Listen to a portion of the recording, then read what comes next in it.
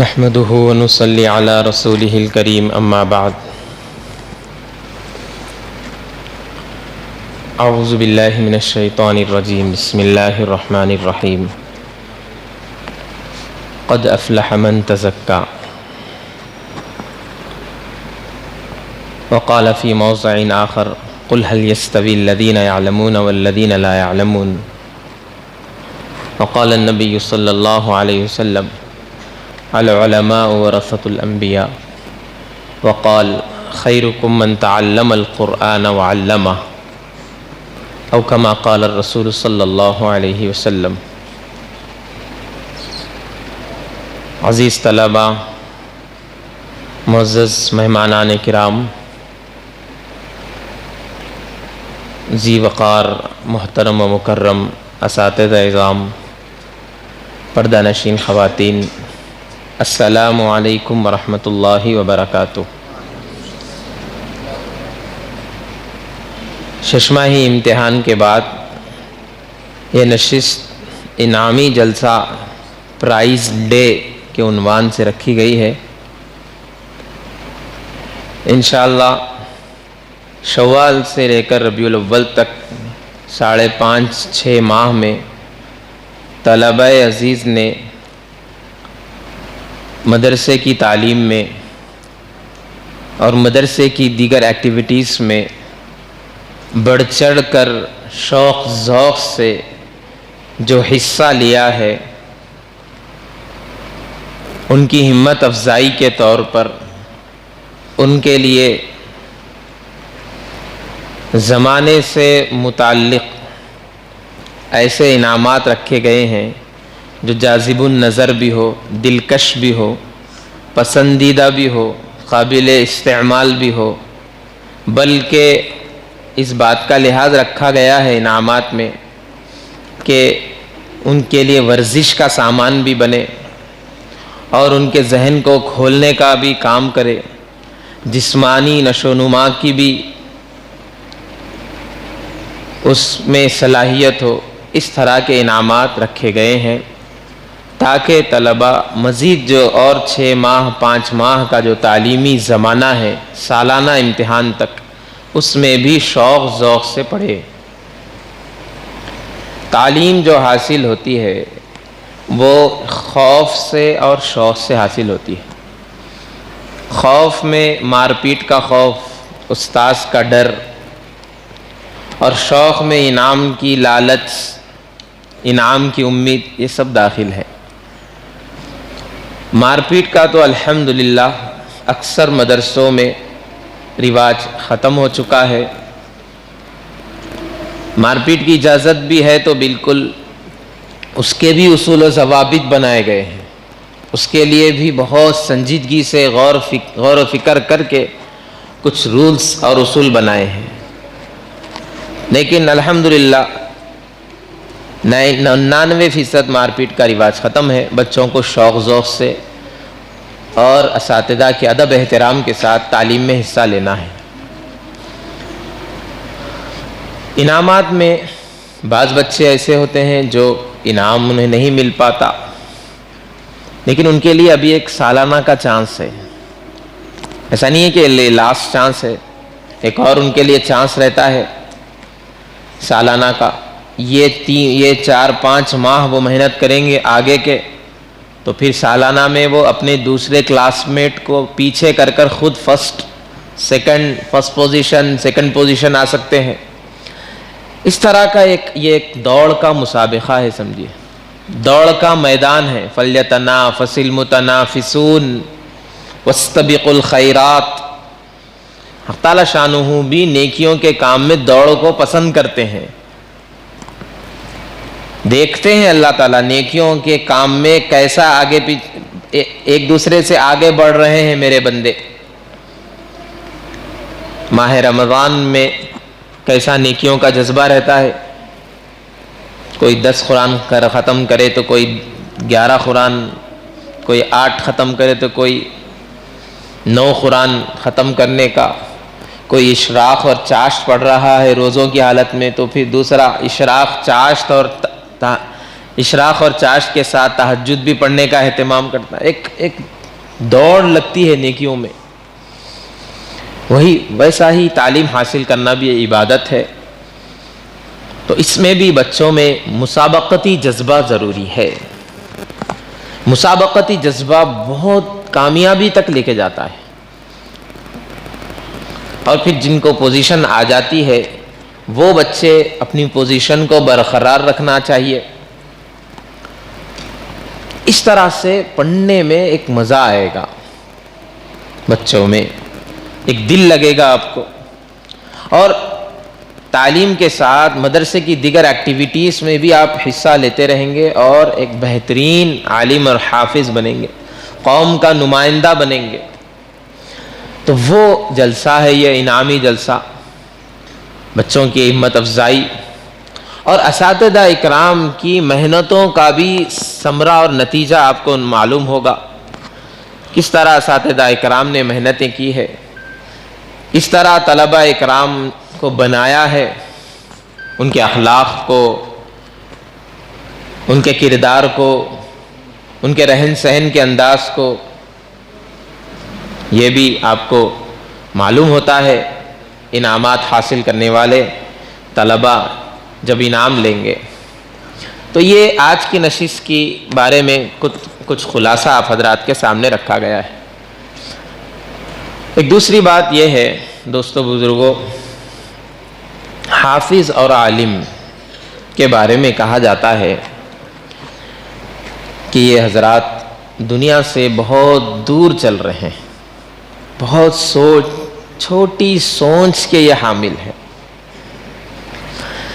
ایک سوال ہے ایسا بولنے والوں سے یا ایسی سوچ رکھنے والوں سے کہ سب سے بڑی کامیابی کیا ہے ایک انسان کے لیے؟ بڑا گھر بنا لینا, بڑی کار خرید لینا, ایکڑوں کی زمین کے مالک بن جانا,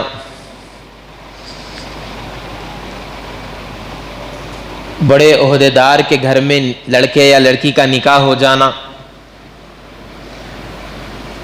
نہیں, یہ کامیابی نہیں ہے, یہ ضروریات ہے.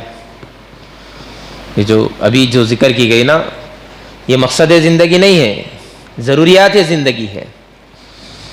ہر انسان کی مقصد زندگی ہے. جب ہم قرآن سے پوچھتے ہیں تو قرآن کہتا ہے یا ایھا الناس اعبدوا ربکم الذی خلقکم. اس آیت کے ٹکڑے میں ہر انسان کی مقصد زندگی اور سب سے بڑی چیز کا ذکر ہے. کیا ہے وہ؟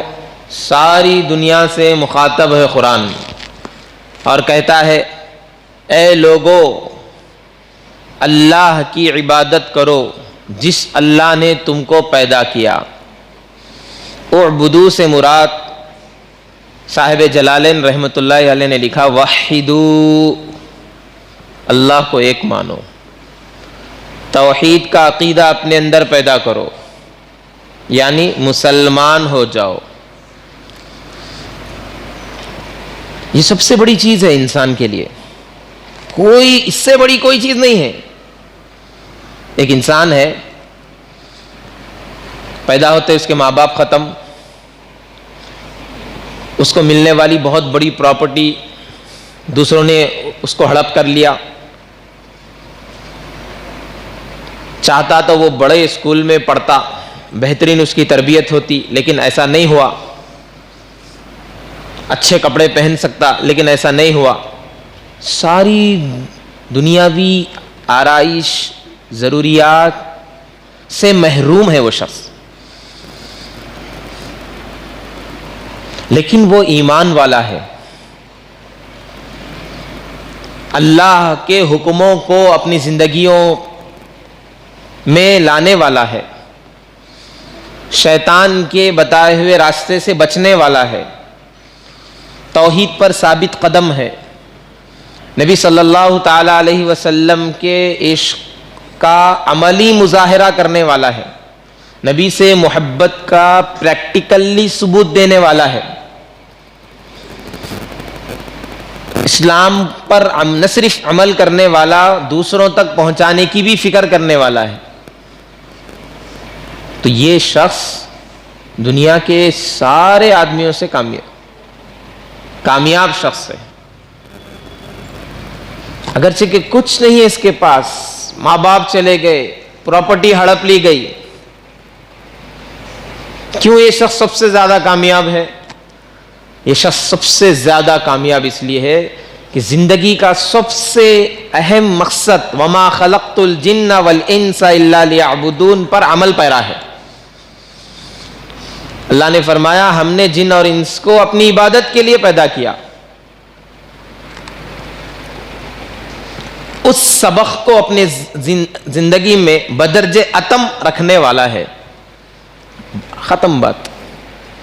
اللہ کی رضا اس کے ساتھ ہے، نبی کی مرضی اس کے ساتھ ہے، قرآن کا مقصد اس کے اندر ہے، چاہے اس کے پاس اسباب ہو یا نہ ہو، یہ شخص کامیاب ہے۔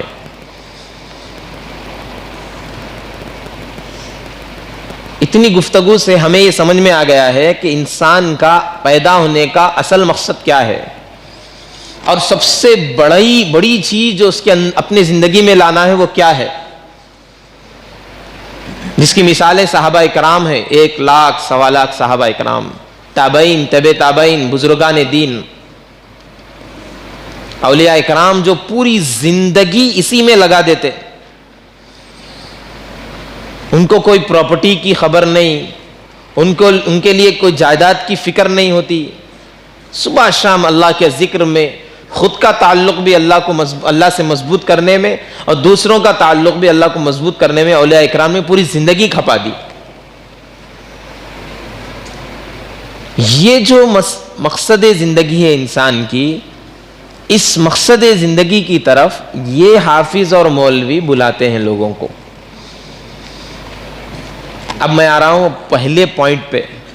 جو لوگ یہ سوال کرتے ہیں کہ حافظ عالم کیا کرتے صاحب، حافظ عالم کے بعد ان کی کیا سیلری ہے، کیا فیوچر ہوگا ان کا، بیڈ فیوچر ہے ان کا، برائٹ فیوچر نہیں ہے ان کا۔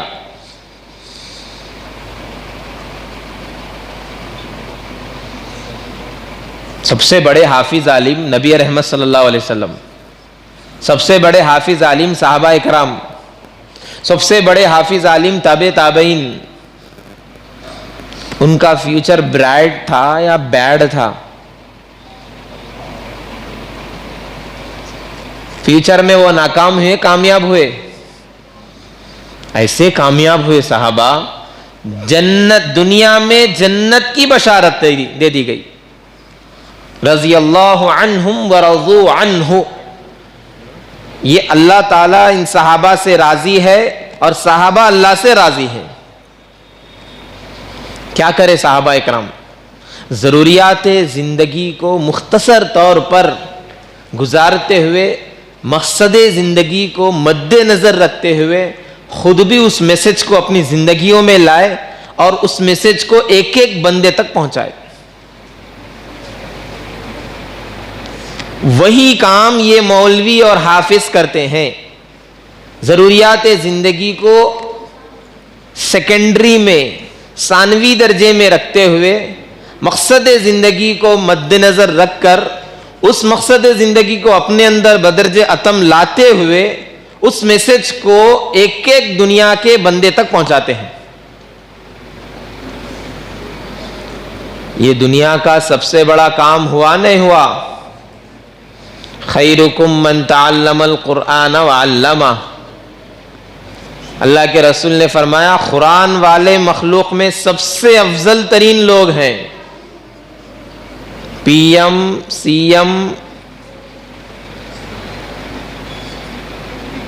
M P, M L A, president, سب سے افضل لوگ ہیں قرآن والے۔ قل هل يستوي الذين يعلمون والذين لا يعلمون، اے نبی آپ کہہ دیجئے، قرآن مجید کی آیت ہے، علم والے اور علم نہیں رکھنے والے برابر نہیں ہو سکتے۔ Educated person, naan educated person, دونوں ایکول نہیں ہیں. زمین آسمان نہیں, زمین اور عرش کے جیسا فرق ہے ان کے درمیان.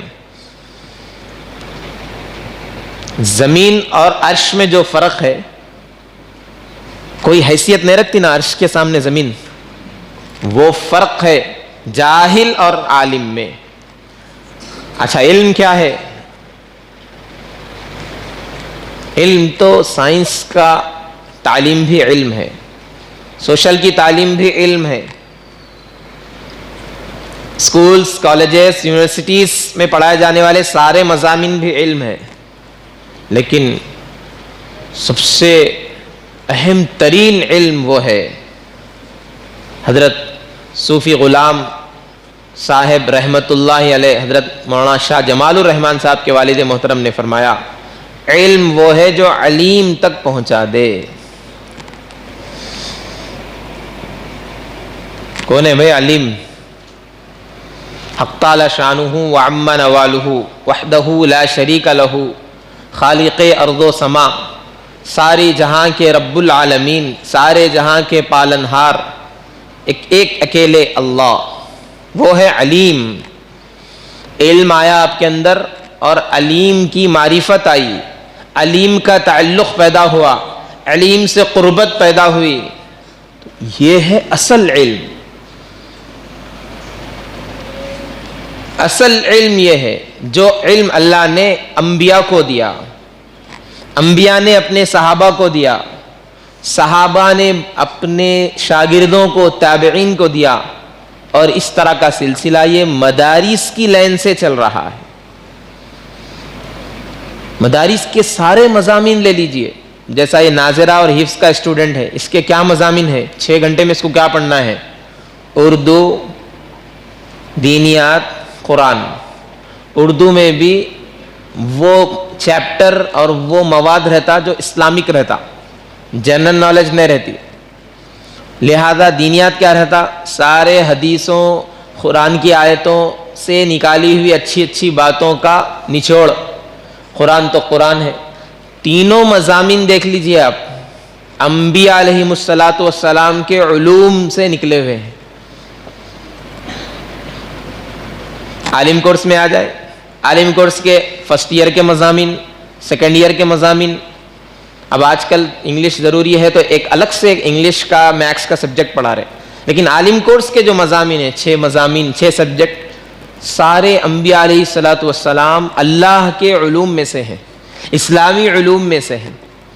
کیوں اتنا غلبہ کیوں ہے؟ بلکہ کمپلیٹ پورا کا پورا اسلامک علوم ہی کیوں پڑھاتے؟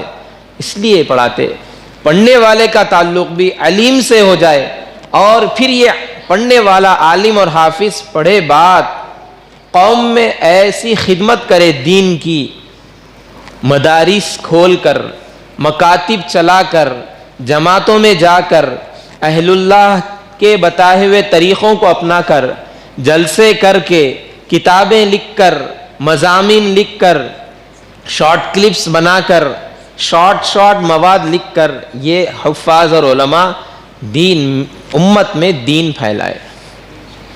جو علوم اسلام سیکھے ہیں وہ دوسروں کو سکھائے. ایک ایک آدمی کو ان کے مقصد زندگی کو بتلائے, سمجھائے, تبھی تو جا کر وہ فضیلت ملے گی جو میں نے شروع میں آیت پڑھی تھی, قد افلح من تزکا. کیا فرما رہے ہیں اللہ تعالیٰ اس میں؟ دونوں جہاں میں وہ شخص کامیاب ہو گیا جو اللہ والا بن گیا, جس کی مکمل تربیت ہو گئی, جس نے گناہوں کو اپنی زندگی سے چھوڑ دیا, وہ شخص کامیاب ہو گیا. تو دونوں جہاں کی کامیابی کی طرف یہ حافظ اور عالم بلاتے ہیں. تو اب بولیے, یہ تقریر کے بعد حافظ اور عالم کا فیوچر بیڈ ہے, برائٹ ہے, بالکل بیکار ہے, یا سب سے اچھا ہے؟ اب جہاں تک تنخواہوں کی بات ہے, وما من دابۃ فی الارض الا علی اللہ رزقها, انسان تو انسان کے علاوہ جتنے مخلوقات دنیا میں جی رہی ہے سب کی رزق کی ذمہ داری اللہ نے اپنے اوپر لے رکھی ہے. تو یہ دین کی خدمت کرنے والے کی رزق کی ذمہ داری نہیں لے گا اللہ. اور رزق بھی کسے کہتے ہیں؟ رزق کہتے ہیں مخلوق کی جملہ ضروریات. ساری ضروریات کو رزق کہا جاتا ہے. مفتی تجمل حسین صاحب نے ایک مرتبہ فرمایا تھا جملہ ضروریات پیدا ہونے سے پہلے اس کی ضروریات شروع ہو جاتی ماں کے پیٹ سے, وہاں سے لے کر مرنے کے بعد بھی ضرورت رہتی. کفن دفن کا محتاج رہتا. ساری ضروریات کی ذمہ داری اللہ نے اپنے اوپر لے رکھی ہے. انسان کتنی تعداد میں ہے دنیا میں؟ 800 کروڑ. اس کے علاوہ جو دوسری مخلوقات ہے, ایک ایک مخلوق کے جو الگ الگ فرد ہیں, ان کے جو نمبرز ہیں, ان کی جو کوانٹٹی ہے, کھربوں کروڑوں میں ہے. انسان سے کئی گنا زیادہ ہے. مچھلی ایک مخلوق ہے اللہ کی, اس کی صنف کتنے ہیں, اس کی تعداد کتنے ہیں بڑے بڑے سمندروں میں. چیونٹی, پرندے درندے چرندے کوئی نوکری نہیں کرتے, کوئی جاب نہیں کرتے, پھر بھی صبح نکلتے ہیں اللہ کی تسبیح بیان کرتے ہوئے اور شام کو پیٹ بھرا واپس آتے ہیں. کون کھلایا بھائی؟ امن یرزقکم, کون تمہیں رزق دے رہا ہے؟ ایک اکیلے اللہ کی طاقت پیچھے کار فرما ہے. کوئی دن نہیں گزرتا کہ کوئی مخلوق کے کسی ایک فرد کو اس کی روزی نہ مل جائے. اچھا, روزی بھی اس کی طبیعت کے موافق ملے گی.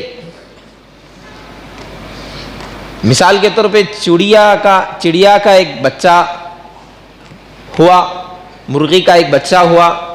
پہلے دن دوسرے دن اس کے معدے کے حساب سے اسے کیا غذا ہونی چاہیے, وہ غذا بر وقت اتنی ہی مقدار میں اللہ اسے پہنچا دیں گے.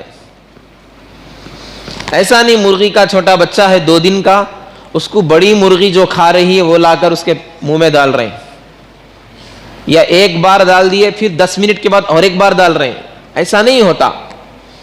اس کو جتنی جیسی جس وقت غذا ہونی چاہیے اللہ اس وقت اسی طرح کی غذا آن ٹائم پہنچا دیتے ہیں.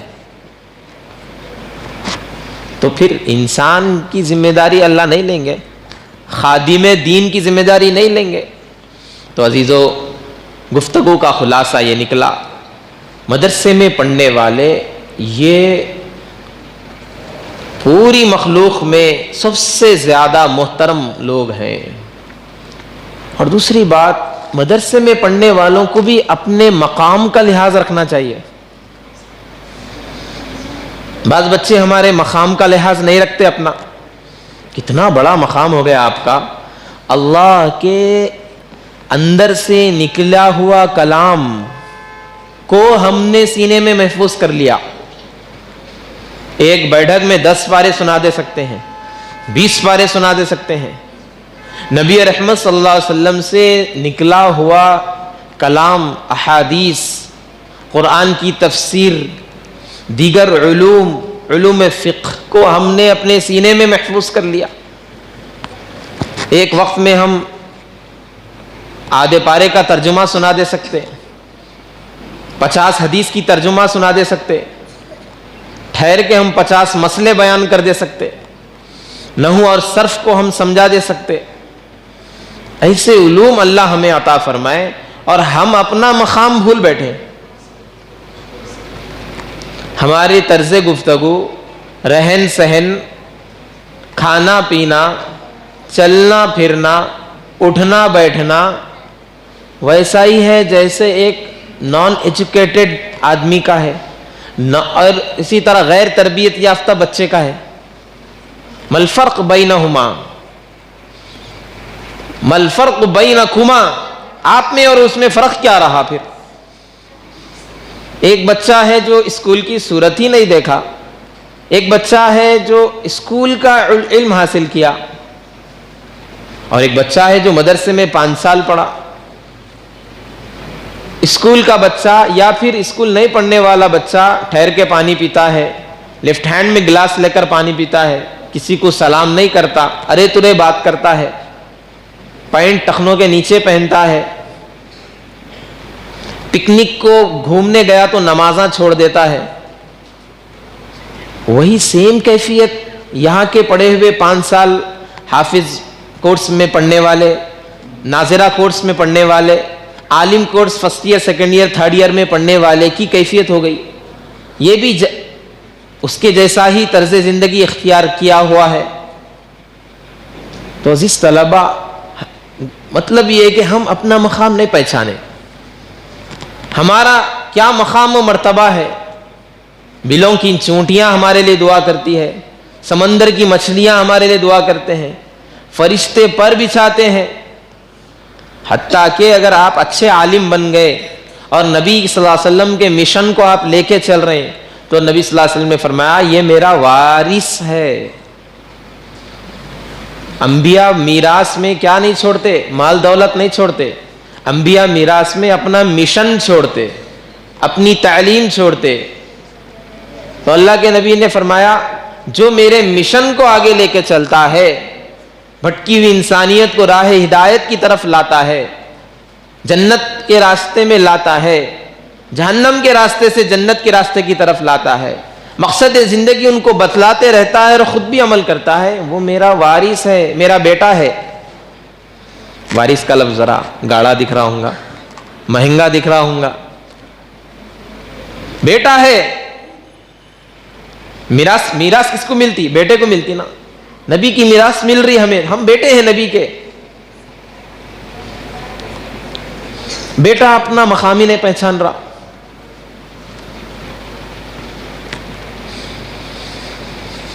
گفتگو کا انداز بالکل خراب، چلنے پھرنے کا انداز خراب۔ تو دوستو بزرگوں، جہاں پوری امت مسلمہ کو علماء اور حفاظ کی قدردانی کرنی چاہیے اور ان کا تعاون کرنا چاہیے اور ان کے ساتھ ان کی رہنمائی میں رہنا چاہیے، ان کے تابع ہو کے رہنا چاہیے، ان کے مشن میں ساتھ دینا چاہیے، قدردان رہنا چاہیے۔ معاون نہیں بن سکے، قدردان تو بن جاؤ۔ کچھ دے نہیں سکتے تو لینے والے بھی نہ بنو، راستے میں کانٹے ڈالنے والے بھی نہ بنو، علماء حفاظ کی قدردانی کرنے والے بن جاؤ۔ چاہتے ہیں تو یہ علماء بھی مولویت کا لبادہ چھوڑ کے تجارت میں اگر کود جاتے تو مثالی تجارت کر کے بتا دیتے، شہر کے 10-20 بڑے بڑے بزنس مین میں شمار ہو کے بتا دے سکتے۔ ایسے عالم بھی ہے جو اللہ نے ان کو ایسی ذہانت دی ہے کہ اگر وہ مدرسے کے مسند سے اڑ جائیں، چھوڑ دیں اور مسجد کے ممبر کو چھوڑ دیں اور تجارت میں آ جائیں تو زبردست تاجر بن جائیں، سیاست میں آ جائے تو MLA بن کر بتا دیں، عدالت اور قضاءت میں آ جائے تو بہترین وکیل بن کر بتا دیں، صحافت میں آ جائے تو لاجواب جرنلسٹ بن کے بتا دیں۔ نہیں، ان کو بڑا مقصد ان کے پیش نظر ہے۔ ہر عالم یہ چاہتا ہے کہ میرے ذریعے 100 ہزاروں لاکھوں لوگ کو دین کا صحیح میسج پہنچ جائے، میں دین پہ چلتے ہوئے میرے ہزاروں لوگ جو ہے سو میرے ذریعے سے فیضیاب ہو جائے، میں حقیقی طور پر نبی کا وارث بن جاؤں۔ تو عوام کو چاہیے ان کی قدر کرے، مدارس کا تعاون کرے۔ مدارس بھی پیسوں سے چلتے ہیں، عوام کے چندوں سے چلتے ہیں۔ خود آ کر پوچھیں، اللہ نے جس کو مال دیا ہے، خود آ کر مدرسے کے ناظم صاحب کے پاس آ کر پوچھیں کہ مدرسے کو کچھ چیز کی ضرورت ہے کیا؟ آپ کے مشن میں ہم بھی تھوڑا ساتھ دینا چاہتے ہیں، انگلی کٹا کر شہیدوں میں شمار ہونا چاہتے ہیں، بے شک آپ بہت اونچا کام کر رہے ہیں، آگے کی 100 سال 200 سال تک کی نسلوں کی دین کی فکر کر رہے ہیں۔ آپ کو معلوم ہے مسجدوں میں، مدرسوں میں، عام جگہوں پر جو 2 گھنٹے کا مکتب چلتا ہے نا، وہ دکھنے میں چھوٹا سا مکتب ہے۔ ایک مول صاحب 12-10 بچوں کو لے کر پڑھا رہے ہیں، 1 گھنٹہ پڑھا رہے ہیں، بھیج رہے ہیں، 200-400 فیس لے رہے ہیں، بچہ جا رہا پڑھ رہا، کوئی زیادہ اس کی اہمیت نہیں دکھ رہی۔ اس کی اہمیت اتنی بڑی ہے، وہ مکتب کے بچے کل مسجدوں کو آباد کرنے والے بنیں گے، وہ مکتب کے بچے کل مسجدوں کی حفاظت کرنے والے بننے والے ہیں، وہ مکتب کے بچے کل اسلامی شعار کو باقی رکھیں گے، وہ مکتب کے بچے والدین کے فرمانبردار اور قدردان ہوں گے، وہ مکتب کے بچے فیوچر میں جیسا بھی دین کا تقاضا آئے گا اس کو اپنانے والے ہوں گے۔ تو اس لیے عوام الناس عمومی طور پر مدارس کی قدر اور مدارس کا تعاون کو اپنی عادت بنائیں۔ سال میں ایک بار مدرسوں کو یاد کر لینا یہ کافی نہیں ہوتا۔ آج تو جدید طریقوں سے کام کیا جا رہا ہے۔ اسلامک جو لٹریچر ہے اس کو تیلگو اور انگلش میں کنورٹ کر کے یہ بھی کام کیا جا رہا ہے۔ یوٹیوب پر صحیح بیانات اپلوڈ کر کے لوگوں کو بتانے کا بھی کام کیا جا رہا ہے۔ کاؤنسلنگ سینٹر قائم کیے جا رہے ہیں میاں بیوی کے جھگڑے، میراث کے جھگڑوں کو سالو کرنے کے لیے، تاکہ عدالتوں میں نہ جائیں، کیونکہ عدالت میں پرسوں ایک صاحب فرما رہے تھے اتنے کیسز ہے کہ سارے کیسز کو سالو کرنے کے لیے انڈیا کو 250 سال چاہیے۔ اب جو موجودہ جو کیسز ہے پوری انڈیا میں، سارے کرمنل ہو یا جو بھی ہو، 250 سال ہوا تو یہ کیسز ختم ہوتے، پھر کل سے جو آتے وہ الگ، روز بک ہوتے رہتے نا کیسز، وہ الگ، اس کا حساب الگ رہتا۔ تو اس میں سے جو طلاق، خلا، پراپرٹی کے مسائل ہے، یہاں علماء اکرام کے سامنے سالو کر لیجئے، حل نکال لیجئے قرآن و حدیث کی روشنی میں۔ اب تو مسئلہ بگڑا ہوا ہے، سب کو معلوم ہے۔ چند ہمارے مسلم پرسنل لا میں ہندوستان کی گورنمنٹ میں ایسا انٹرفیئر اور ایسی مداخلت کی ہے کہ شریعت ایک طرف ہے اور گورنمنٹ آف انڈیا کا قانون، یعنی ہمارے ملک کا قانون ایک طرف ہے۔ یہ چند مسئلے آپ لے کر ادھر جائیں گے تو غیر شرعی فیصلہ ہوگا، یہاں آئیں گے تو شرعی فیصلہ ہوگا۔ 3 طلاق کا مسئلہ ہو یا اور بھی مسئلے ہو، تو یہ سب جو زمانے کے تقاضے ہیں سب کچھ مدرسوں میں ہو رہے ہیں اور ہوتے جا رہے ہیں۔ قدر کی نگاہوں کی ضرورت ہے، مخلص معاونین اور محبین کی ضرورت ہے، ہمت افزائی کرنے والوں کی ضرورت ہے، ہمت شکنی کرنے والوں کی ضرورت نہیں ہے صاحب۔ وہ آپ کے مشورے اپنے پاس ہی رکھ لیجئے، جو ہمت توڑتے ہیں، جو ہماری راہ میں کانٹے ڈالتے ہیں، جو رکاوٹ بن رہے ہیں۔ الغرض انہی چند باتوں پر میں اپنی بات کو ختم کر رہا ہوں۔ سب سے پہلی بات جو عرض کی گئی، یہ انعامی جلسہ ہے، 6 ماہ میں جو کارکردگی رہی بچوں کی، اس کی ہمت افزائی ہوگی۔ دوسری بات یہ ہے کہ دنیا میں جو انسانیت کو اللہ نے پیدا کیا، انسانوں کا جو سب سے بڑا مقصد ہے وہ ہے اللہ سے تعلق کو قائم کرنا، ایک اللہ سے وہ تعلق قائم کرنا یہاں سکھایا جاتا ہے، اور یہ لوگ سیکھ کر بھی امت کو وہی سکھائیں گے۔ تیسری بات، عام لوگوں کو علماء اور حفاظ کی قدر کرنی چاہیے، مدارس سے اٹوٹ وابستگی رکھنی چاہیے۔ اور چوتھی اور آخری بات، ہم علماء اور حفاظ کو ہماری اپنی قدر بھی جاننی چاہیے کہ کتنا بڑا مقام ہے اللہ اور اس کے نزدیک، اسی حساب سے رہن سہن اور ہمارے اخلاق بھی ہونا چاہیے۔ اللہ تعالیٰ کہی ہوئی باتوں پر توفیق عمل عطا فرمائے۔ آمین۔ وآخر دعوانا ان الحمد للہ رب العالمین۔